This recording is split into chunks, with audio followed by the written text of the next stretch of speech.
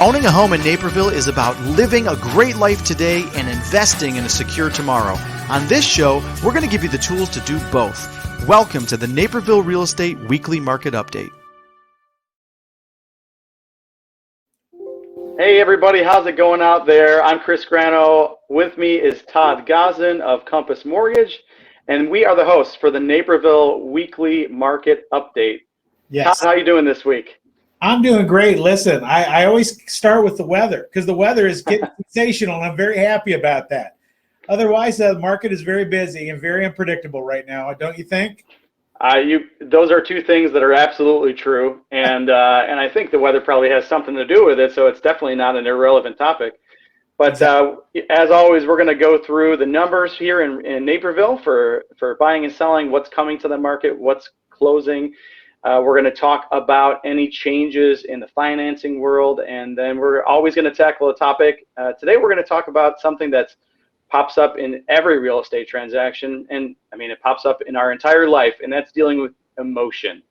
And when we're talking about, large sums of money, Todd, right, means large emotion. Large motion. Yes, indeed, It does. So we're gonna get into that, but first, let's talk about the numbers, and boy, it is really moving. So in the last 7 days, this is huge, Todd. If you remember from last week, we had 117 new listings last week in the previous 7 days. This week, the prior 7 days, we have a 68% increase, 196 new listings in Naperville. Holy cow. That's a lot. That's a big number. Oh my goodness, that's a big number. Oh yes. And so whatever you want to say, whether folks are waiting for the weather to finally warm up or if they just had a target date in mind, it has really happened. Now compare that with last week. We had 115 homes go under contract. So basically we had almost the exact same number of homes last week that came to market, went under contract. This week we had a few more homes go under contract, but not to keep up with the pace of new listings. So 119 under contract this week, but that's on 196 new listings. So the inventories, we're going to start to see it build a little bit, but if buyers continue to keep up like they have been, they might match it house for house. Well, then we look at 70 homes that closed this week in Naperville. And so let's talk about that inventory. Has it changed at all in the last week? To be honest with you, not much. So in that price point under $500,000, we're about the same. Still a strong seller's market. Between 500 and 750, the same thing. Not much change there. We are seeing market times increase just marginally by about a week. So it takes, maybe a few days longer to sell a home right now than it did a week or two ago, on average. But again, across the board, inventories are about the same, still favoring sellers, except for when we get above that 1 million mark, and that still favors buyers, of course. So that's what's happening in the inventory world. Todd, what can you tell us about financing? Rates were such a big story for a long time. Have we seen any big movement in the last week or so? Well, there's still a big story. I mean, let's be honest. I mean, if you have a number in the threes, historically, that's insanity, right? And if we go back a year and 2 months ago, rates were over 4.25. So I would say that rates are still incredible. We had a 90 to 100 days of being insanity with rates being in the twos. But let's be honest, no one is not going to buy a home because their interest rate is 3% to 3.25, right? So we've seen plenty of market movement over the last couple of weeks. Now, when we measure that is based on the bond market and the treasury market, which is interesting, is that if today comes to fruition where the bond market performs well, it'll be the first time this year that we've had 4 consecutive days of improvement. So that tells you the amount of volatility that we've had since January, which has been significant, very, very much. I think the other thing that's important to understand is right now is that we're starting to see a slowdown in pre-approvals, which is normal, right? So normally you would think right now it'd be very, very hot because we're entering the spring market, right? Well, we started the spring market January 1st. Well, actually it was sometime last year. It just hasn't stopped yet.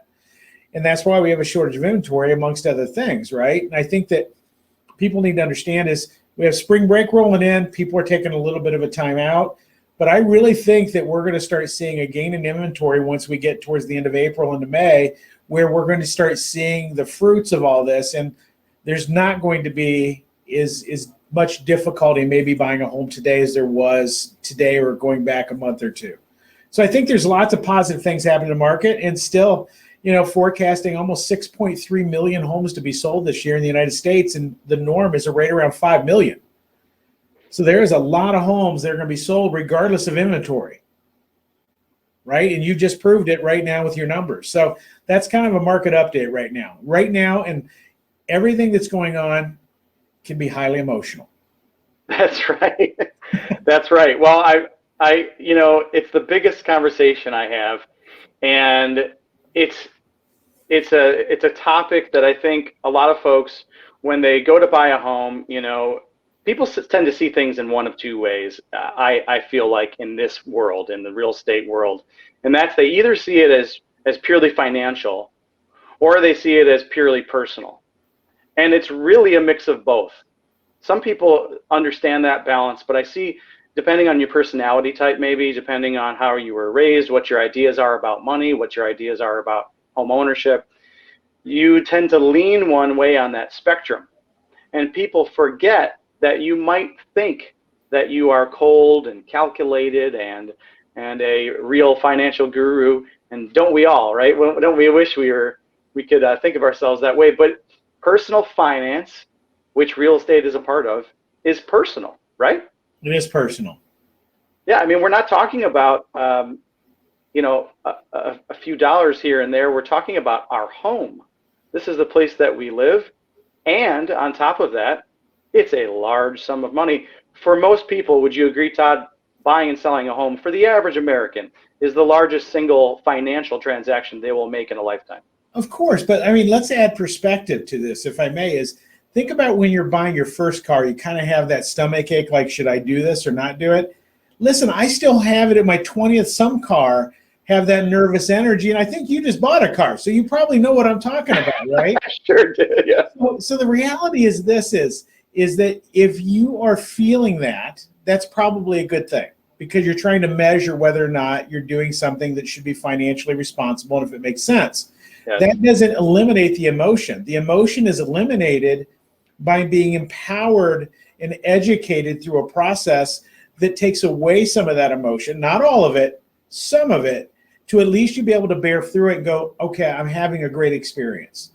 And the empowerment of the information is what leads to eliminating a lot of that anxiety. Absolutely. I could not agree with you more. That is 100% correct. Knowledge is power, and it gives us the comfort to be able to move forward. We cannot cover every single angle of every single situation or every possibility, but when we gather the information like you're talking about, and then and frankly have an advocate in our corner. And obviously in our world, folks in my profession and your profession are going to be those primary advocates. And I'll just tell you, I'm sure you have stories to share as well, but I mean, I've had many conversations, just this spring with buyers and sellers. And what I can tell you this, Todd, is that setting expectations is the best way to help manage that emotion of the transaction. And so I make a personal point to have really detailed, frank conversations with anyone who's going to be entering in the buying or selling process ahead of time, so that they know what to expect, because surprises in real estate are generally not good. Would you agree? Oh, I would agree. Well, the surprises come from the sum of people you surround yourself by to help you through the process, right? It's those people that are going to lift you up on their shoulders and go, we're going to walk you through this, and we're going to empower you to make the right decision. But we'll also tell you this is relationship driven, not transactional driven. We're going to tell you if it's the wrong place or the wrong idea or the wrong loan program or whatever it may be. That's what you really want from your partners. Absolutely. And I don't discourage folks from having a conversation with a personal mentor or a family member. Now, you want to make sure that you lean heavily into your subject matter experts, like someone in your position, someone in my position. But absolutely, I welcome when folks want to have a conversation, especially if it's a first-time home buyer, right? And they're nervous and they say, hey, can I bring my mom to our meeting, or can I bring my cousin to our meeting, or whoever it may be? Sure. You should feel comfortable because you want to make sure, like we said, that you have the knowledge going into this, that you can make good decisions. Because I found in my life, Todd, I don't know about you, but when I don't have knowledge, when I feel rushed, and when I feel afraid, that's when I make poor decisions. That's when we all make poor decisions. That's even, listen, you can start that poor decision at the dinner table, let alone buying a house. Yeah, you're 100% right. It's decisions come from empowering, and wisdom is what you and your family and your friends can share with you to help you through making that decision. Absolutely. Well, I've been grateful to have folks guide me, and I'm grateful for partners like you and to guide clients, because it really is, and it makes a big difference at the end of the day. And I think a lot of times folks don't realize that walking in, but as they go through the process of buying a home or selling a home, and they get to the other end, and that's when it clicks, and they go, "Wow." Yeah, right. I'm grateful that I had someone leading me through, because I didn't know about all the perils.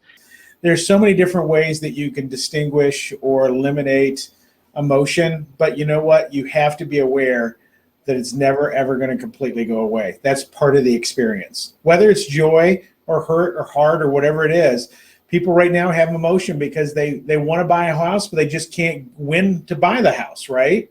It's just part of the process.